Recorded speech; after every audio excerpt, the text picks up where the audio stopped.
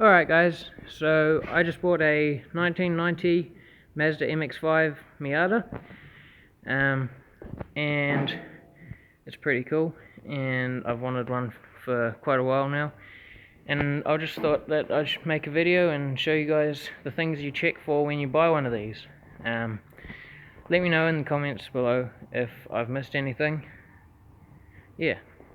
So first thing you want to check is your soft top. Make sure it's in good condition. Make sure that these seals here, where there's a join in the seal, that the gap isn't too big. That one there is probably borderline. And you got to check, make sure that these seams aren't coming apart and it hasn't stretched and pulled back a bit like this one has. You got to check your window. Obviously this one here is damaged, because he was driving with his both windows down and it blew out, and apparently they have a tendency to do that. So yeah, it's cracked there, and then a smaller one there, and the seams come apart. You got to check for clear coat peel. Being red in a 90s Japanese car, it'll always be worse. And you check to see if it's clear coat peel or if it's been repainted by what colour it is. So this peeling off is actually red, so these rear guards have been repainted.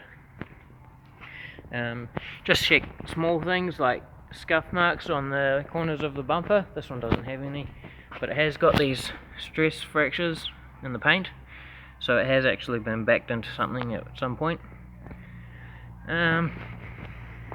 Check that all the lights work, obviously.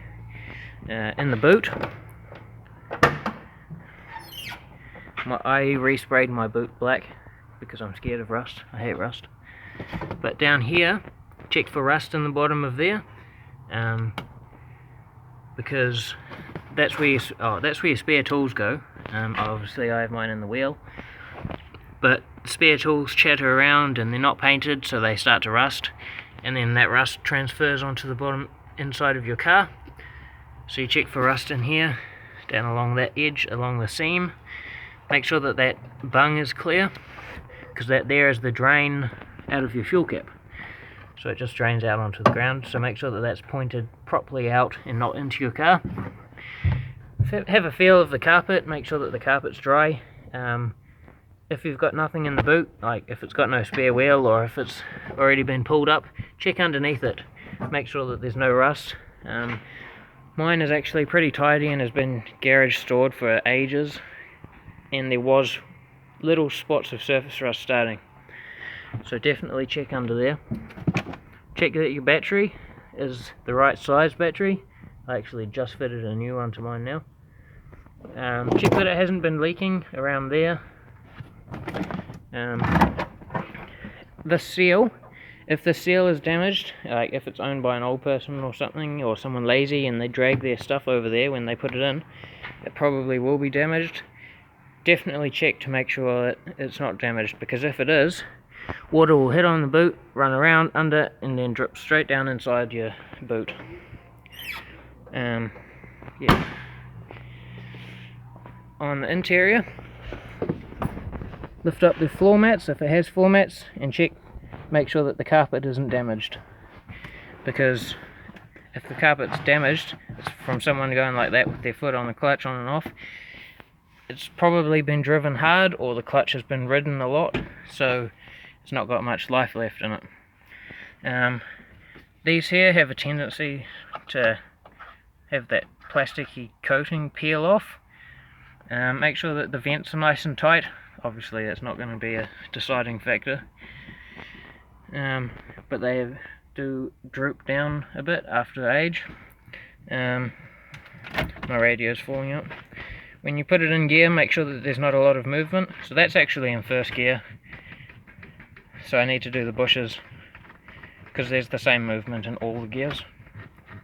Even reverse isn't as bad, but still.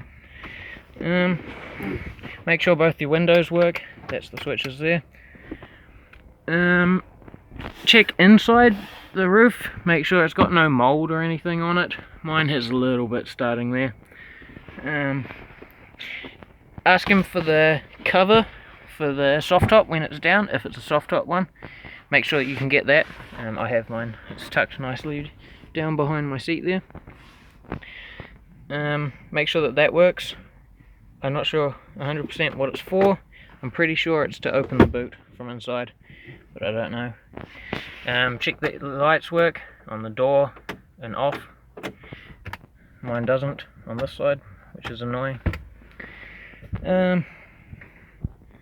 When you start it up, make sure that that doesn't wobble at all, because if it wobbles at all, chances are you're going to have a problem with your rev counter. Like, it'll be a tiny wobble, barely noticeable, like the wobbling of my camera sort of. But if you have a problem with that wobbling, you have a problem at about, I don't know, 2,900 RPM. If you're just cruising, sometimes it'll drop down to about 2,100 or something. Yeah, it's not something that you'd worry too much about, but it's probably, if that's wobbling, it'll be a dodgy oil pressure sensor. Right, under the bonnet.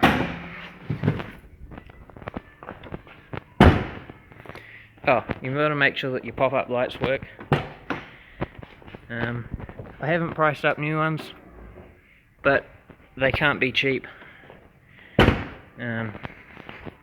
Make sure that it has the surround on it, on both sides, that the screws aren't too rusty, in case you have to replace it.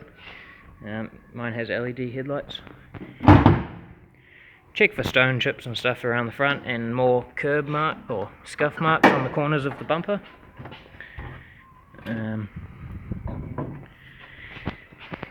Under here, you want to pull all of these out and check them to make sure that there's no exhaust gases coming up past the spark plugs.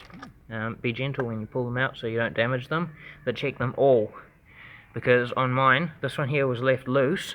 That's why it's a black one instead of the blue one. So it was left loose, and I'll show you. The exhaust gases were coming up past the spark plug for ages, and they damaged the old one there. So you definitely don't want them left loose. Check your colour of your brake fluid and your clutch fluid. This clutch fluid's actually pretty yuck, even though I flushed it. So you want it to be a nice bright yellow colour, like that. Check the colour of your coolant. That's actually red, it's not dirty. But check if it is red, dip your finger in it, and make sure it's not dirt. Yeah. Ask them when the cam belt was done, and when the service history was. These engines are non-interference engines, so that means that if your cam belt breaks, it's alright. I wouldn't recommend doing it. This is the 1.6. I don't know about the 1.8. It is a different head, so I don't know. But yeah, the 1.6 is non-interference engine. Just make sure little things like your window washer's full and stuff. Things that say that the car's been looked after. These here are actually interchangeable with Suzuki Escudo HT leads. Interesting.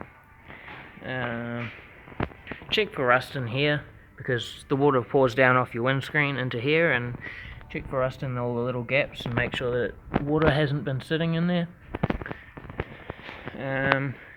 Make sure it still has those. You don't have to worry about rust on the bonnet because it's an aluminium bonnet. And I think that's about it. Oh, interesting fact. These door handles, the inside ones, are actually the same as Aston Martin DB7 door handles. So, random bit of information you'll probably never use until you go to sell it and you're trying to talk it up. But yeah, that's about it.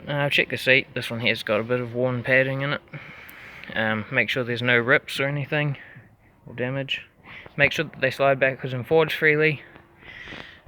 Check for wires hanging down into the dash. And rust, if your roads are unsalted, still check, but it's not going to be as much of an issue around there.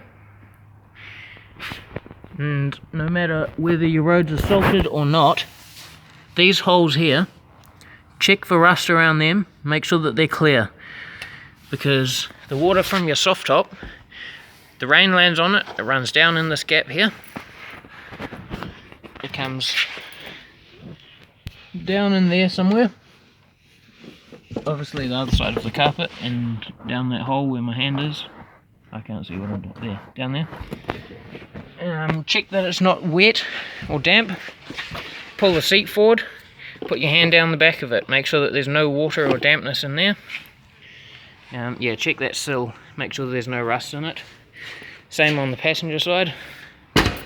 It's rust in the same places around there if your roads are salted, but not so bad if your roads are unsalted.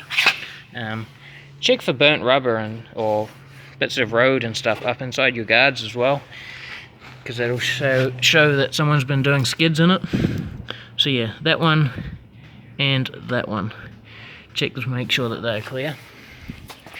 And on the front, it rusts around these guards as well. Have a look behind that panel, make sure it's not full of dirt or mud or stones, because they hold water in them, and then it holds the water against the steel, and then that's what makes it rust. Make sure it's got a front lip. I don't know if they come out with the front lip from the factory, but it's quite a common thing to see those lips on them. Yeah, and lift up the floor mat and just put your hand on it, see if it feels damp. Smell the air, see if it smells like musty. And yeah, pull the seat forward.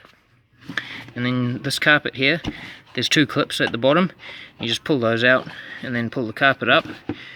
And then pull, so that's that wall. And then pull this carpet here forward and put your hand underneath it. And over there, by where the seatbelt bolt is, there's a hole there, and you have to make sure that that hole is not open, because if it's open, then chances are every time you go through a puddle it's going to let water in. Yeah, and as far as I know, that's pretty much all you look for. Oh, make sure that these latches pull up tight as well. Yeah, if I've missed anything, let me know in the comments. And thank you guys for watching, and good luck on your search for a Miata. Alright, bye guys.